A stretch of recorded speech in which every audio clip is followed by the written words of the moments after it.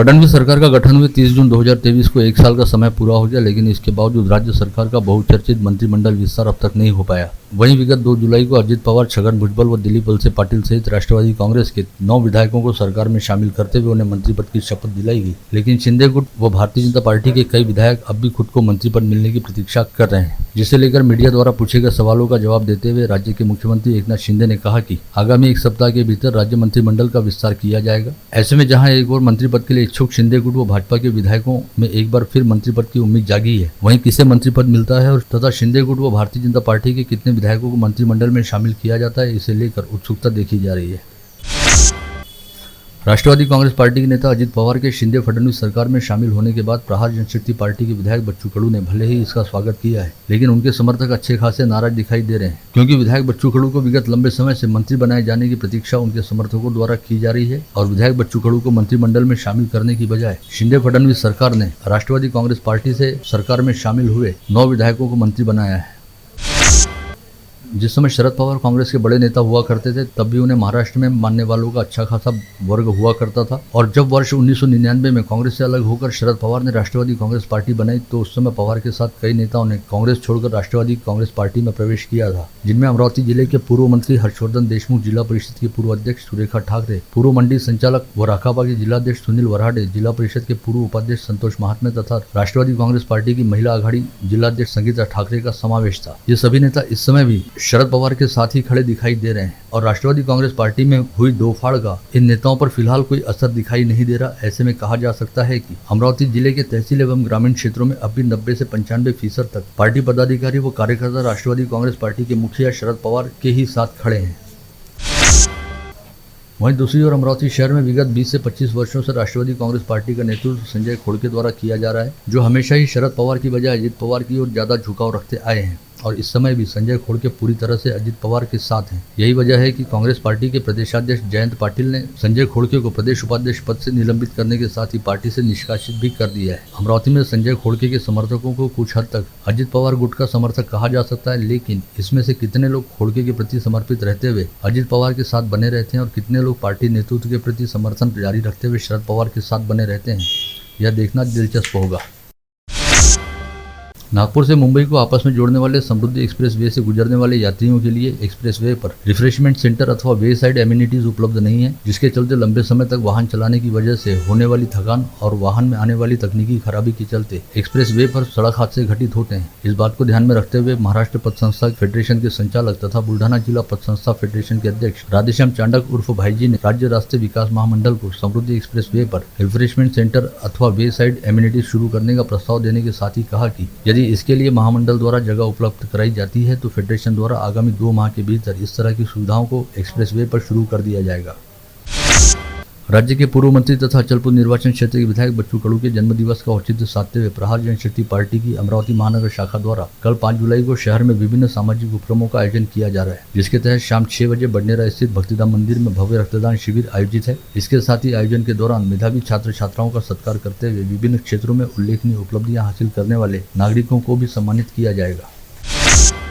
संगीत साधना karaoke club द्वारा आज यहां बुलाई गई पत्रकार परिषद में क्लब के संचालक चंद्रकांत पोपट तथा प्रोजेक्ट डायरेक्टर प्रकाश तनवानी द्वारा बताया गया कि संगीत साधना कराओके क्लब व अमरावती शहर पुलिस द्वारा आगामी रविवार 9 जुलाई को शाम 6 बजे संत ज्ञानेश्वर सांस्कृतिक भवन में एक प्यार का नगमा है शीर्षक तले म्यूजिक लाइव कंसर्ट का आयोजन किया जा रहा है। नेत्रदान, अवयवदान व देहदान हेतु जन जागृति करने के लिए आयोजित किए जा रहे इस कार्यक्रम में सारेगामापा की विजेता तथा इंडियाज गॉट टैलेंट की रनर अप रह चुकी ख्यातनाम गायिका इशिता विश्वकर्मा तथा गीतकार व गायक सरल रोशन भी हिस्सा लेंगे। इस आयोजन के दौरान शहर पुलिस महकमे के करीब 600 अधिकारियों व कर्मचारियों सहित संगीत प्रेमियों से नेत्रदान का संकल्प कराया जाएगा। साथ ही कार्यक्रम के दौरान देहदाता व अवयवदाता परिवारों का सत्कार भी होगा।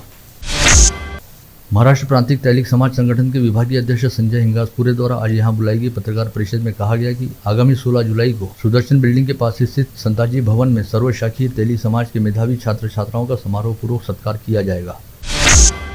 गुरु पूर्णिमा पर्व के अवसर पर बुधवार के आजाद हिंद मंडल में आयोजित कार्यक्रम में हिस्सा लेते हुए मनपा आयुक्त देवीदास पवार ने कहा कि विद्यार्थी दशा जीवन की सर्वोत्तम अवस्था होती है और विद्यार्थियों को राष्ट्र का आधार स्तंभ कहा जाता है। ऐसे में देश का भविष्य रहने वाले विद्यार्थियों ने अपने विद्यार्थी जीवन का फायदा उठाना चाहिए और बुरी लतों से बचकर अपने लक्ष्य को केंद्र में रखकर उत्तरोत्तर प्रगति करनी चाहिए।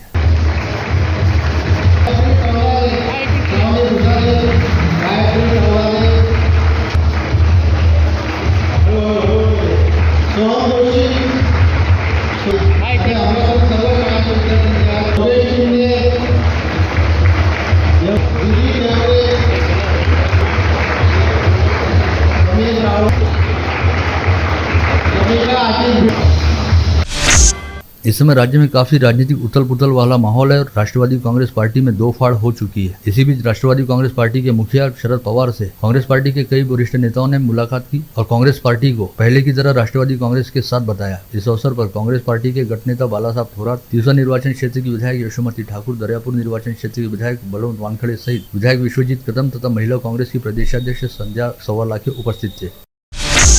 सामाजिक कामों में हमेशा अग्रसर रहने वाले सुशास्त्रा फाउंडेशन ने इस वर्ष बड़े अनूठे तरीके से गुरु पूर्णिमा का पर्व मनाया, जिसके तहत पढ़ाई लिखाई करने की इच्छुक मेधावी व जरूरतमंद बच्ची को कॉपी किताबें भेंट की गई ताकि वह ज्ञानार्जन कर सके। साथ ही इस बच्ची को भविष्य में भी पढ़ाई लिखाई हेतु हर संभव सहयोग करने का आश्वासन भी सुशास्त्रा फाउंडेशन की ओर से दिया गया। बडनेरा की श्रीराम दाल मिल में inner wheel club of Amravati की ओर से रक्तदान शिविर का आयोजन किया गया। साथ ही रक्तदान शिविर करते हुए क्लब के नए पदाधिकारियों ने अपना पद ग्रहण भी किया। आज से हिंदी भाषियों का सावन माह आरंभ हो गया। इसके साथ ही आगामी 59 दिनों तक चलने वाली सावन की विशेष पूजा अर्चना व आरती का क्रम भी प्रारंभ हो गया, जिसके चलते शहर के सभी शिवालयों में भगवान भोलेनाथ के भाविक श्रद्धालुओं की अच्छी खासी भीड़ उमड़ी। श्री सिखवाल पंचायत द्वारा सोमवार की शाम परकोटे के भीतर मच्छी खाद स्थित श्री गणेश मंदिर से गुरु पूर्णिमा व श्रृंग ऋषि की जयंती अवसर पर भव्य दिव्य शोभा यात्रा निकाली गई, जिसमें सैकड़ों की संख्या में समाज बंधु शामिल हुए थे।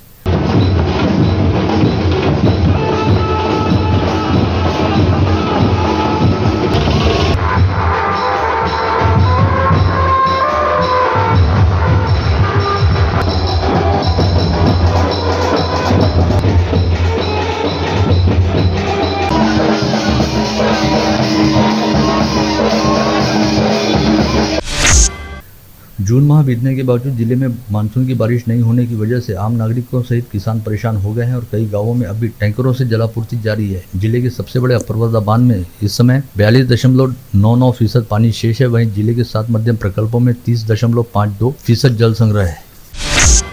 स्वास्थ्य मित्र संगठन द्वारा जिलाधीश पवनीत कौर को सौंपे गए निवेदन में मांग की गई कि स्वास्थ्य मित्रों के वेतन में वृद्धि की जाए। यह मांग विगत लंबे समय से प्रलंबित है। आशा स्वयं सेविकाओं व गट प्रवर्तकों ने आईटेक संगठन के नेतृत्व में जिला स्वास्थ्य अधिकारी को ज्ञापन सौंपते हुए अपने मई माह का बकाया रहने वाला मानधन त्वरित अदा करने की मांग उठाई। साथ ही स्वास्थ्य वर्धिनी योजना अंतर्गत दिसंबर 2022 से बकाया रहने वाले सामूहिक भत्ते को भी त्वरित अदा किए जाने की मांग की।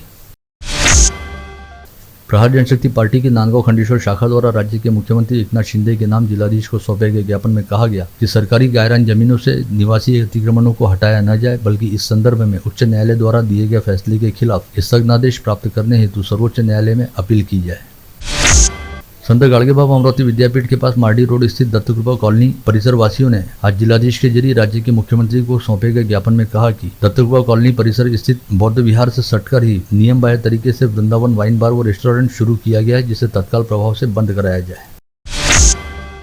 बिरसा क्रांति दल द्वारा जिलाधीश के जरिए राज्य के मुख्यमंत्री व उप मुख्यमंत्री के नाम भेजे गए ज्ञापन में उतावली स्थित महान ट्रस्ट पर विशेष केंद्रीय सहायता योजना अंतर्गत मिले सरकारी निधि में भ्रष्टाचार किए जाने का आरोप लगाते हुए ट्रस्ट की मान्यता रद्द करने के साथ ही ट्रस्ट को दी गई सरकारी निधि वसूल करने और ट्रस्ट के खिलाफ फौजदारी मामला दर्ज करते हुए ट्रस्ट के संचालक तथा ट्रस्ट के साथ सहयोग करने वाले धारणी प्रकल्प कार्यालय के अधिकारियों के खिलाफ कार्रवाई किए जाने की मांग की गई।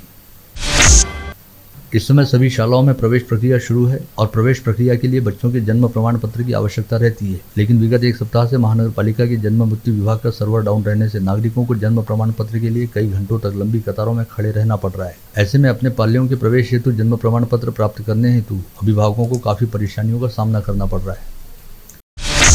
कौंडिन्यपुर स्थित रुक्मिणी विदर्भ पीठ में प्रतिवर्षानुसार इस वर्ष भी गुरु पूर्णिमा का उत्सव बड़ी धूमधाम के साथ मनाया गया। इस समय सैकड़ों भाविक श्रद्धालु उपस्थित थे। इसके साथ ही क्षेत्र की विधायक यशोमती ठाकुर की माताजी पुष्पलता ठाकुर तथा आरवी के विधायक बाला साहब कुचे की उपस्थिति में पीठाधीश्वर स्वामी श्री रामानंदाचार्य राजराजेश्वराचार्य उर्फ माउली सरकार का पाद्य पूजन किया गया। गुरु पूर्णिमा पर्व के अवसर पर रुक्मिणी विदर्भ पीठ में विभिन्न धार्मिक कार्यक्रमों का आयोजन किया गया है। धारणी से 3 किलोमीटर दूर तलई गांव फाटे के पास गांव की ओर जाने वाले रास्ते का रपटा फूटने की वजह से 4 पहिया वाहन सहित ट्रैक्टरों व भारी वाहनों की आवाजाही बंद हो गई है, जिसकी वजह से तलई, टाकलखेड़ा व चिकलघाट के नागरिक काफी परेशान हो गए। समृद्धि महामार्ग पर सिंदखेड़ राजा के निकट विदर्भ ट्रेवल्स की बस में आग लगने का कारण फॉरेंसिक की टीम ने उजागर किया है। फॉरेंसिक टीम के मुताबिक टूटे हुए एक्सल के कारण डीजल टैंक फूटा और यह डीजल बस के इंजन के हॉट एग्जॉस्ट के संपर्क में आया, जिसके कारण बस में आग लगी। इस भयानक हादसे में 25 मुसाफिर जिंदा जलकर खाक हो गए थे। विगत शनिवार को देर रात खोला ब्रिगेड पुलिस थाना क्षेत्र अंतर्गत तारखेड़ा परिसर में घटित मनोज सोनी हत्याकांड के मामले में वांछित रहने वाले शेख शहबाज शेख कलीम नामक दूसरे आरोपी को अपराध शाखा पुलिस ने पठान चौक परिसर से अपनी हिरासत में लिया, जिसे अदालत में पेश करते हुए उसे पुलिस कस्टडी रिमांड में लिया गया। वहीं दूसरी ओर मनोज सोनी हत्याकांड में इससे पहले पुलिस द्वारा पकड़े गए फैजान खान मुस्किन खान नामक आरोपी की पुलिस कस्टडी रिमांड के दौरान तबीयत बिगड़ जाने के चलते उसे इरविन अस्पताल में इलाज हेतु भर्ती कराया गया।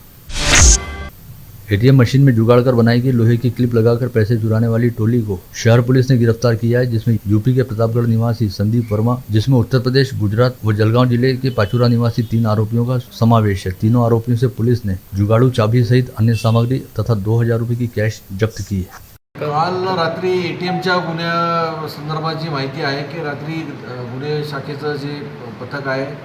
गस्त करीत असताना त्यांना जे आहे एटीएमच्या समोर ॲक्सिस बँकेच्या संशयित हालचाली दिसून आल्या होत्या आणि संशयित व्यक्ती तिथे फिरताना दिसल्यामुळे त्यांनी त्यांना अटकलं व ते पळत असताना त्यांना पाठलाग करून पकडलं आणि नंतर त्यांची विचारपूस आणि अंगझडती घेतल्यावर त्यांना लक्षात आलं की सदर व्यक्ती हे एटीएममधून पैसे ब्लॉक करून ते चोरण्याची जी आहे ती योजना करत होते आणि त्याच्यामध्ये त्यांनी अटेम्प्ट केलेला होता की ते एटीएमच्या जे डिस्बर्सिंग मशीन आहे त्या डिस्पर्सल मशीनच्या सॉकेटमध्ये त्यांनी एक लोखंडी पट्टी अडकून ठेवली होती, ज्याच्यामुळे पैसे विड्रॉ झाले तरी बाहेर येत नव्हते आणि ते पैसे त्याच्यामध्येच अडकून राहायचे आणि त्यांची मोडस होती की जे पैसे अडकलेले आहेत ते नंतर जो व्यक्ती आहे तो बाहेर निघून गेल्यावर ते पट्टी जी आहे ती काढून त्याच्यावर अडकलेले पैसे ते काढून घ्यायचे। अशा प्रकारचे त्यांनी अनेक वेगवेगळ्या ठिकाणी एटीएममधून पैसे अशा प्रकारे चोरी केलेले आहेत। हे निष्पन्न होत आहे की सदरचे व्यक्ती हे बाहेर राज्यातून आणि बाहेर वेगळ्या जिल्ह्यातून आलेले आहेत असं आत्तापर्यंतच्या तपासात निष्पन्न झालेलं आहे। तर ते व्यक्तींना ताब्यात घेऊन अटकेची कारवाई झालेली आहे, गुन्हा दाखल झाला आहे। विवाह के बाद दहेज की रकम व 4 व्हीलर वाहन की मांग करते हुए ससुरालियों द्वारा विवाहिता को शारीरिक व मानसिक रूप से प्रताड़ित करते हुए घर से निकाल दिया गया। साथ ही उसके चरित्र को लेकर बेहद आपत्तिजनक आरोप भी लगाए गए। इसकी शिकायत मिलने पर फ्रीजरपुरा पुलिस ने ससुराल पक्ष के 4 लोगों के खिलाफ विभिन्न धाराओं के तहत आपराधिक मामला दर्ज किया। बडनेरा पुलिस ने देशी शराब की अवैध खेप लेकर जा रहे मगन कैथवास व प्रमोद पवार को बिना लाइसेंस बिक्री करने हेतु देशी शराब की खेप ले जाते समय गिरफ्तार किया तथा दोनों आरोपियों के पास से 30,000 रुपये की देशी शराब सहित 4 पहिया वाहन और 2 पहिया वाहन जब्त किया। सोशल मीडिया साइट इंस्टाग्राम पर हुई दोस्ती और प्यार के बाद एक युवती को उसके प्रेमी ने विवाह करने का झांसा देकर उसका शारीरिक शोषण किया। साथ ही उसके अंतरंग क्षणों के फोटो व वीडियो भी निकाले, लेकिन युवती द्वारा विवाह के लिए दबाव बनाना शुरू करने पर उक्त युवक फरार हो गया, जिसके बाद युवती की शिकायत पर बडनेरा पुलिस ने प्रशांत पोछवे नामक युवक के खिलाफ आपराधिक मामला दर्ज किया। शेगांव तहसील के जलमगांव निवासी अल्पभूधारक किसान अशोक सुल्ताने ने खेत में आने जाने हेतु रास्ता उपलब्ध करवाने के लिए तहसील कार्यालय के बार चक्कर काट कर परेशान होने के बाद तहसील कार्यालय में नायब तहसीलदार के सामने ही जहर गटक कर आत्महत्या करने का प्रयास किया। इस घटना के चलते शेगांव तहसील कार्यालय में अच्छा खासा हड़कंप दिखा।